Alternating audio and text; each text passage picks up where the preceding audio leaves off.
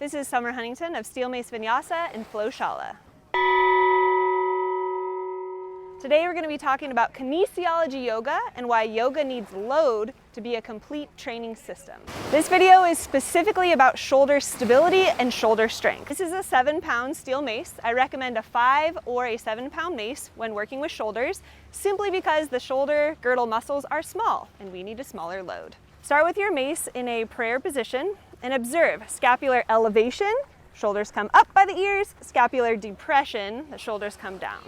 So they can elevate, they can depress. Next piece to know about shoulder stability and shoulder strength is external rotation. The humerus bone, the arm bone, can swivel in external rotation and internal rotation. Again, external rotation and internal rotation.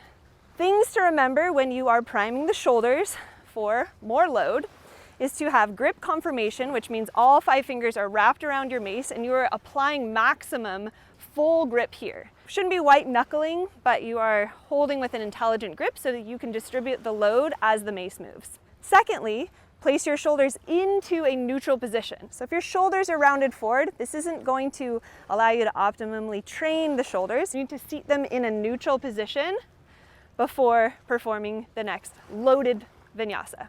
We've got our prayer position here. Find external rotation and bring your mace into what's called modified side flag. Angle the mace just slightly so that you have a little leverage and maintain the grip conformation. Again, the scapula is not up here in elevation, it's in scapular depression here. I think it helps to move your eye gaze with the mace because you're learning that skill of tracking. Bring the mace in prayer position, go to the opposite side, finding a little bit of leverage.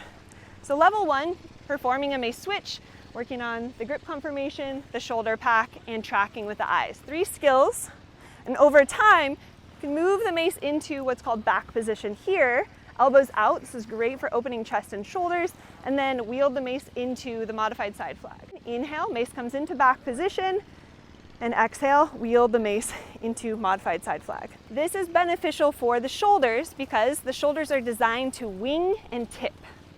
They wing out, they wing in.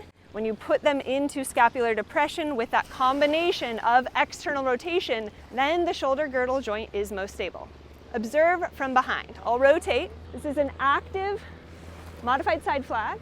Inhale, back position. Exhale, modified side flag. My nose is tracking, my neck is rotating and tracking the object or the mace or the load. Inhale, back position. Exhale, modified side flag. What I see often, a misalignment when working with load for the first time, is plopping or dropping the mace passively into position without torque and full grip conformation, and then slamming it into position here. Your objective is to maintain full fascial tension as you pass the mace hand to hand so that your shoulder girdle muscles stay activated during that transition. The scapula is winging and tipping. You can also combine those movements.